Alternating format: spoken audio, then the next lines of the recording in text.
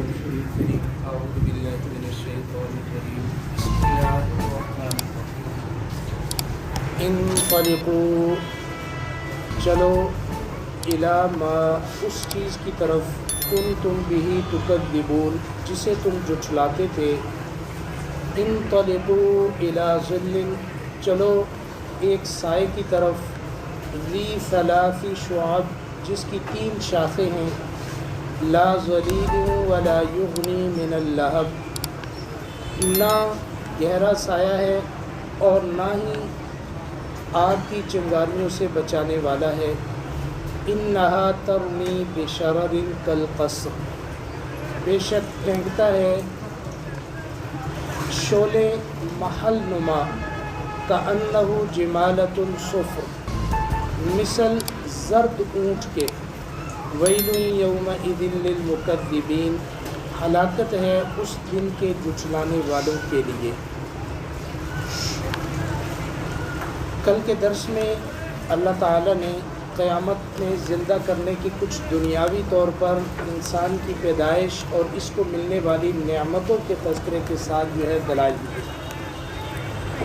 اب اس قیامت کے دن کا منظر ہے۔ اللہ فرماتے ہیں کہ چلو یہ دنیا کے اندر انکار کرتے تھے کہ قیامت کوئی نہیں آئے گی، معاملہ نہیں ہوگا، بس مر گئے اور ختم ہو گئے۔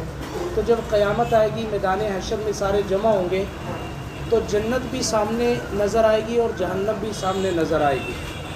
تو جو مجرم لوگ ہوں گے ان سے کہا جائے گا کہ چلو اس کی طرف، کس کی طرف؟ کنتم بہ تکذبون جسے تم جھٹلاتے تھے۔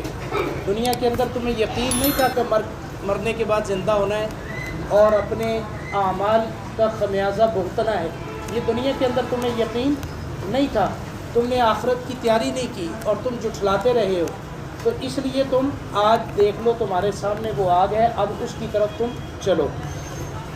انطلقوا الی ظل ذی ثلاث شعب چلو ایسے سائے کی طرف جس کی 3 شاخیں ہیں۔ کتنی شاخیں ہیں؟ 3 شاخیں۔ سایہ ہوتا ہے گرمیوں کے اندر درخت کا سایہ ہو، دیوار کا سایہ ہو، کسی سائبان کا ہو تو آدمی اس سے راحت حاصل کرتا ہے، سکون حاصل کرتا ہے، لیکن وہ جو سایہ ہوگا وہ سزا کے لیے ہوگا۔ وہ ایسا سایہ ہوگا، فرمایا کہ لا ظلیل ولا یغنی من اللہب، لا ظلیل وہ گہرا سایہ نہیں ہوگا، یعنی ایسا سایہ نہیں ہوگا جس سے تم گرمی کی تپش سے تم بچ سکو، ایسا نہیں ہوگا۔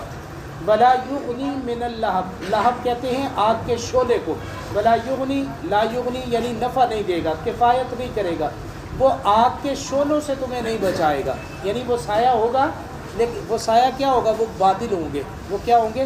بادل ہوں گے۔ یہاں پہ ایک بات عرض کرتا چلا جاؤں کہ 3 قسم کے یعنی اس کی شاخیں بتلائی ہیں، اس کی تفسیریں جو ہیں وہ 3 ہیں۔ ایک تفسیر تو یہ ہے کہ دنیا کے اندر امام بیضاوی رحمۃ اللہ علیہ فرماتے ہیں انسان جو اعمال کرتا ہے، افعال کرتا ہے، اس کی 3 قسمیں، 3 قوتیں انسان کے پاس ہوتی ہیں، قوت وہمیہ، قوت غضبیہ اور قوت شہوانیہ۔ ان کی وجہ سے ہی انسان سارے افعال کرتا ہے، تو اس وجہ سے وہ سائے بھی 3 طرح کے، اس کی 3 شاخیں ہوں گی، جیسا جس کے اندر وصف ہوگا ویسی ہی اس کو سزا، ویسا ہی اس کو سایہ وہ ملے گا۔ اور ایک یہ ہے کہ دنیا کے اندر رہتے ہوئے 3 عقیدے بنیادی طور پر ہیں، ماننا ضروری ہے، عقیدہ توحید، عقیدہ رسالت، عقیدہ قیامت۔ 3 قسم کے عقیدے جو ہیں یہ مسلمان ہونے کے لیے انتہائی ضروری ہیں، ان میں سے ایک کا بھی انکار کیا ہے؟ کفر ہے۔ تو عقیدہ توحید کا ماننا کہ اللہ وحدہ لا شریک ہے، اس کے ساتھ کوئی بھی شریک نہیں ہے، اور دوسرا یہ کہ رسول اللہ صلی اللہ علیہ وسلم کی رسالت کو بھی ماننا اور تمام انبیاء علیہ السلام کی رسالت کو بھی ماننا، اور اس کے بعد قیامت کو ماننا کہ قیامت برحق ہے، آگے رہے گی، اللہ کے سامنے ہر ایک نے جواب دہی کرنی ہے۔ تو اب یہ 3 طرح کے جو ہے بنیادی طور پر عقیدے ہیں۔ اب جو بندہ، یہ جو کافر مشرک لوگ ہیں یہ تینوں کا انکار کرتے ہیں، نہ یہ توحید مانتے ہیں، نہ یہ رسالت مانتے ہیں، اور نہ ہی قیامت کو مانتے ہیں۔ اب یہ اس طرح 3 طریقے سے ان کو سزا ملے گی۔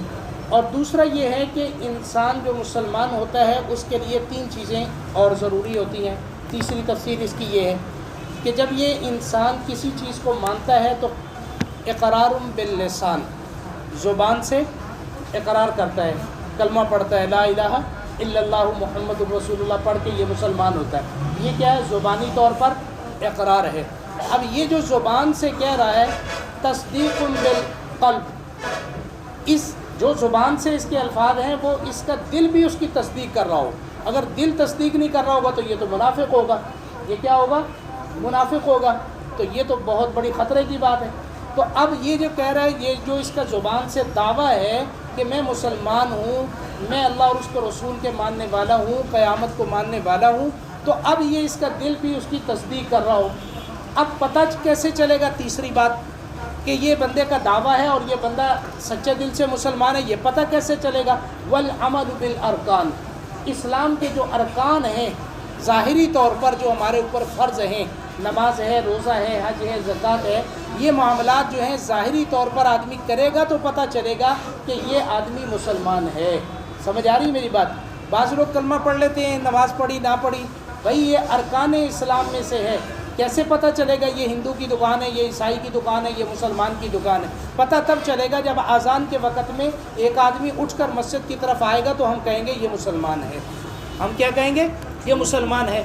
इसकी शक्ल व शुबाहत से मालूम होना चाहिए, इसकी शक्ल व शुबाहत से पता होना चाहिए, इसके लिबास से पता होना चाहिए, इसका लिबास शरई होना चाहिए, सर ढका हुआ होना चाहिए, इसकी शक्ल व शुबाहत दाढ़ी होनी चाहिए सुन्नत के मुताबिक, टखनों से ऊपर इसकी शलवार होनी चाहिए, इसकी चाल चलन में आजिज़ी होनी चाहिए, इसके मामलात के अंदर जो है वो अच्छा बर्ताव होना चाहिए, हुस्न अखलाक होना चाहिए इसके पास। ये है वल अमल बिल अरकान, कि इसके जिस्म से जो है वो अफ़आल ऐसे हों जो मुसलमानों वाले हों, जो मुसलमान वाले हों, ज़ुबान से इक़रार भी हो, दिल से तस्दीक़ भी हो और अपने जिस्म से अरकान इस्लाम की पाबंदी भी हो। तो ये तीन तरह की ये चीज़ें हैं। इसलिए फरमाया कि वो साया जो होगा उसकी भी तीन शाखें होंगी। उसकी भी कितनी शाखें होंगी? तीन शाखें होंगी, क्योंकि काफिर इन तीनों का इनकार करते हैं, इसलिए उनको ये सज़ा दी जाएगी। अब वो फ़ायदा तो नहीं देगा, बल्कि उसका क्या होगा कि इन्नहा तरमी बिशररिन कल क़स्र, बेशक वो आग, वो धुआं, वो फेंकेगा, तरमी फेंकेगा, क्या फेंकेगा? बिशररिन, आग के शोले फेंकेगा। कल क़स्र, किस तरह के क़स्र कहते हैं? महल को, यानी बड़ी बड़ी कोठियाँ, बड़े बड़े महल, यानी वो आग के अंगारे चिंगारियाँ इतनी बड़ी बड़ी होंगी जैसे महल होते हैं, जैसे क्या होते हैं? महल होते हैं। और फिर जब वो आग के करीब में फटेगा तो कअन्नहु जमालतुन सुफ्र, वो ऐसे गोया होगा जैसे ज़र्द रंग का ऊँट होता है। आप अंदाज़ा लगाओ कि वो चिंगारी जो उभरेगी, जो निकलेगी, वो कितनी बड़ी होगी कि महल की तरह नज़र आएगी। और जब वो फटेगी तो उसके जो अज्जा होंगे वो भी ऊँट की तरह बड़े बड़े होंगे।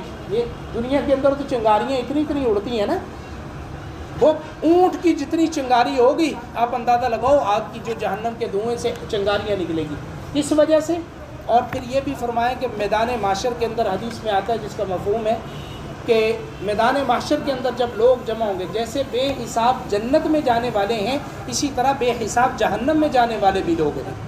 जहन्नम से एक गर्दन निकलेगी और वो गर्दन इतनी लंबी होगी कि वह 200 साल की मुसाफत तक, यानी यहाँ से आप 200 साल तक, किसी की ज़िंदगी नहीं है इतनी, 200 साल तक चलते रहो चलते रहो चलते रहो, जितनी मुसाफत 200 साल में ये तय करेगा इतनी लंबी वो गर्दन होगी और वहाँ से बंदे को उठा के उचक लेगी।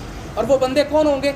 अल्लाह के साथ शिरक करने वाले, अल्लाह के साथ शिरक करने वाले, अपनी उम्मीदों को अल्लाह की ज़ात के अलावा औरों से बांधने वाले, औरों पर गैरुल्लाह पर यकीन रखने वाले, गैरुल्लाह से शिफा की उम्मीद रखने वाले, गैरुल्लाह से जो है अपने काम बिगड़ियाँ बनवाने वाले, गैरुल्लाह को हाजत रवा और मुश्किल कुशा समझने वाले, ये शिरक करने वाले। और फिर वो लोग जो तकब्बुर करने वाले हैं, वो लोग जो तस्वीरें, बेजा तस्वीरें बनवाने वाले, ये बहुत माशरे के अंदर बात फैल गई है। सेल्फियाँ बना रहे जहाँ खड़े, हत्ता कि मस्जिदों को माफ़ नहीं करते, मस्जिद में खड़े अपनी सेल्फियाँ बना रहे, नमाज़ें इबादत कर रहे हैं अपनी सेल्फियाँ बना रहे, बैतुल्लाह के अंदर तवाफ़ कर रहे हैं अपनी सेल्फियाँ बना रहे, बैतुल्लाह को चूम रहे हैं अपनी सेल्फियाँ बना रहे। क्या कर रहे हो भाई तुम? जहन्नम के अंदर जब जाओ मैदान माशर में, ये तो बग़ैर हिसाब के गर्दन जो है उन लोगों को उचक कर ले जाएंगे। और जुल्म करने वाले, ज़्यादती करने वाले ये बहुत आम हो चुके हैं। हम ये कहते हैं हम जुल्म नहीं करते, अपने हमसायों से पूछो, اللہ کے نبی صلی اللہ علیہ وسلم نے سے پوچھا گیا کہ یا رسول اللہ یہ کیسے معلوم ہو کہ میں اچھا ہوں یا برا ہوں؟ فرمایا اپنے ہمسائے سے پوچھ لے، ڈائریکٹ تو تمہیں کیا ہی دے گا نا، لیکن دائیں بائیں سے ذرا معلوم کرنا کبھی تیرے ہمسائے کے تیرے بارے میں کیا خیالات ہیں، پھر پتہ چلے گا، چاہے وہ دکان کا ہمسایہ ہے، چاہے وہ گھر کا ہمسایہ ہے، چاہے وہ تیرے سفر کا ہمسایہ ہے، جہاں کے بھی ہمسایہ، اس سے پتہ چلے گا یہ بندہ کیسا ہے۔ اگر وہ کہہ دے اچھا ہے تو اللہ کے نبی نے فرمایا تو اچھا ہے، اگر وہ کہہ دے یہ برا ہے تو اس کہہ دے برا ہے، تو کیا ہے؟ برا ہے۔ تو یہ ظلم کرنے والے، زیادتیاں کرنے والے، ان کو جہنم کی ایک گردن نکلے گی، وہ سب کو اچک کر لے جائے گی۔ فرمایا کہ ویل یومئذ للمکذبین، ہلاکت ہے اس دن کے جھٹلانے والوں کے لیے، بربادی ہے، تباہی ہے۔